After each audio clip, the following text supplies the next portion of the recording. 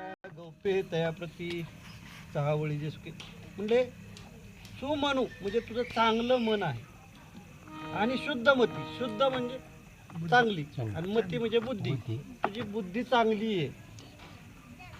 जो अनिंदकू अनन्यगती, तू कुणाची निंदा करणारा नाहीस, अनन्य आहेस.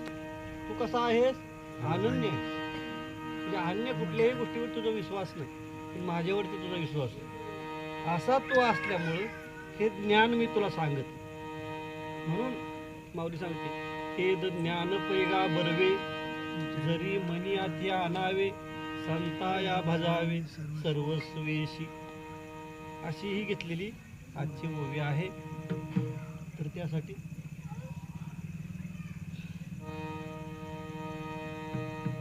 ब्रह्मानंदम परमसुखदम केवलम ज्ञानमूर्ती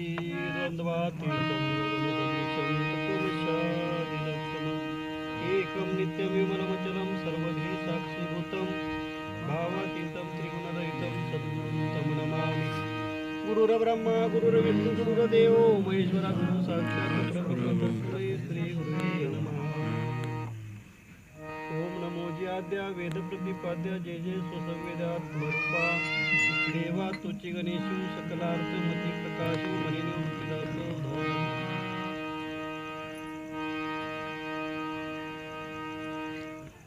पांडुरंगा करू प्रथम नमन दुसरे जन्म संतांच्या त्यांच्या कृपादानी कृपेचा विस्तार बाबाजी सद्गुरू. ओम नमो ज्ञानेश्वरा करुणा करा दयाळा तुमचा अनुभव श्रीपादनाथम गुरुराज वैर्यम मुमुक्षुनाम ज्ञानदानम कोटी क्षेत्र निवासनम तम नमामि वेद विद्यावरिष्ठम. जयाच्या संगती विराग झाला मनोदरीचा जड भास गेला, साक्षात परमात्मा मज भेट गेला. कसावे श्रीपाद पादुका कसावे रामदास पादुका कसावे सद्गुरू राजाराम बाबांना. तर आजच्या प्रवचनाचा विषय असा आहे, ते ज्ञान पैगा बरवे, जरी मनी अति आणावे, संताया भजावे सर्वस्व. ते ज्ञान प्राप्त करण्यासाठी कोणाची सेवा केली पाहिजे? संत. म्हणजे भगवान श्रीकृष्णाने अर्जुनाच्या अंतकरणामध्ये जी गोष्ट सांगितली, अर्जुना हे बीज सांगितलं. बीज मंत्र. बीज मंत्राची आवश्यकता आपल्याला काय, कशासाठी लागते? बीज मंत्र नसला तर काय होतो? गुरु नसला तर काय होतं जीवनामध्ये? गुरु कशासाठी करावा? गुरु म्हणजे नेमकं काय, हे सगळं आपल्याला समजून घ्यायचं. जीवनामध्ये आज आपण या विश्वामध्ये जन्माला आलो, हे की नाही? कशासाठी आलो? का आलो आपण? हे मूळ कळालं पाहिजे आपल्याला, हे की नाही? आपण कुठून आलो, कशासाठी आलो, इथं करतोय काय, केलं पाहिजे काय, काय का नाही? या सर्व गोष्टीचा उलगडा पाहिजे. समजा मी आता इथं आलो, तुमच्या इथं आलो, मी कुठून आलो? रुईमधनं आलो. रुईमध्ये होतो म्हणून आलो, हे की नाही? रुईमध्ये नसतो तर आलो असतो का? हे की नाही? मग आपण कुठून आलोय बरं नेमकं? दुरून आलो मी गा, होते दुःख दारुण दुरून आलो मी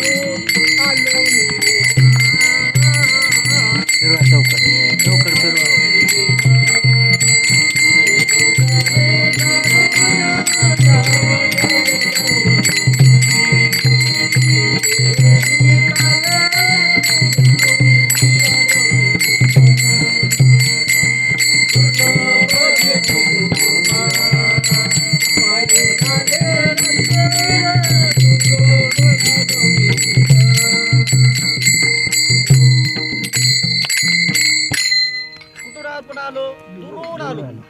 दुरून आलो मी गा, दुःख झाले दारुण. दुरून आलो मी. दुरून कुठून? दुरून आलो आपण. पाठीमागे कुठेतरी होतो ना आपण, है का ना? पाठीमागच्या कुठल्या तरी आपण एखाद्या जन्मात असेल ना, त्याशिवाय आपल्याला ह्या जन्मात घातलं का? पाठीमाग आपल्यातला हा आत्माच नसतं तर ह्या जन्मात घातलं असतं का आपल्याला? है का नाही? पाठीमाग आपण कुठल्या तरी जन्मात होतो म्हणून या जन्माला आलो. पाठीमाग नसतो तर आलो असतो का? नसतो आलो. समजतंय का बघा? अवघड आहे. आता आपण बारामतीत राहिलं, बारामतीत इथं आलो. बारामतीत नसतो तर इथं आलो असतो का? नसतो आलो. या जन्माला आपण आलो म्हणजे मागच्या कुठल्या तरी जन्मात होतो का नाही आपण? का नव्हतो? मागचा जन्मच आपल्याला नसता तर ह्या जन्मात आलो असतो का? आलो असतो. समजतंय का बघा? माग कुठंतरी होतो म्हणून आज आहे. माग जर नसतो तर इथं आलो नसतो. बॅटरी बंद कर.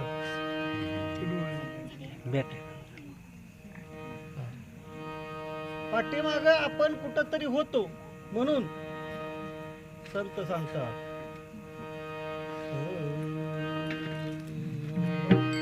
वारी वारी जन्म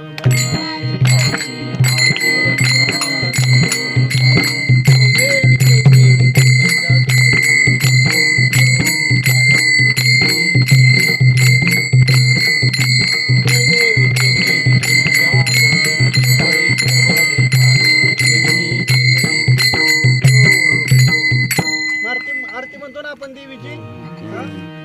त्यात काय सांगितलंय? वारी वारी जन्म मरणाची वारी, हरी पडलो आता संकट निवारी. आपली वारी चालली कशाची? जन्म घ्यायचा, मरायचं, जन्म घ्यायचा, मरायचं, असं वारी करत आपण आलोय माणसाच्या जन्माला. वारी चालली देवीच्या आरतीत सांगितलंय ना, पण त्याचं आपण मनाव घेत नाही. काय असं ना आरतीत नेमकं त्याचा कोणी भावार्थ काढलाय का? म्हणे वारी वारी वारी हरी पडलो आता भगवंता माझ्यावरचं संकट निवारण कर. त्या वारीतून मला सोडव बाबा. किती वेळा जन्माला यायचं, किती वेळा भोगायचं, किती काय सुख आहे काही तू. किती वेळा जन्माला यावे,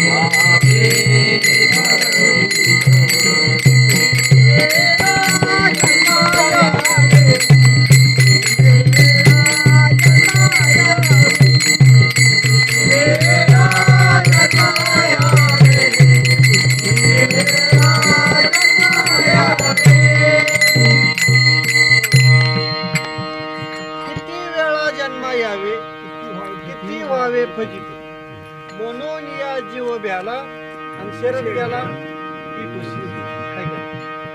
किती वेळा जन्माला यावं आणि किती वेळा फजिती करून घ्यावी.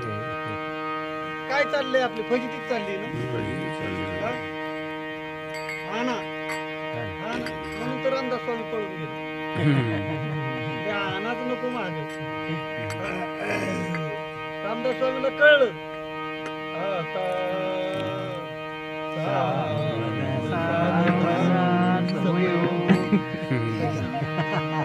सावधान नको सावध व्हाया सांगितलं. तिथनं पुढं तर खरं दुःख आहे. तिथंच खरा बांधला गेला. कुठं बंधनात तोवर बंधन नाही. लग्न झाल्यानंतर बंधन चालू होत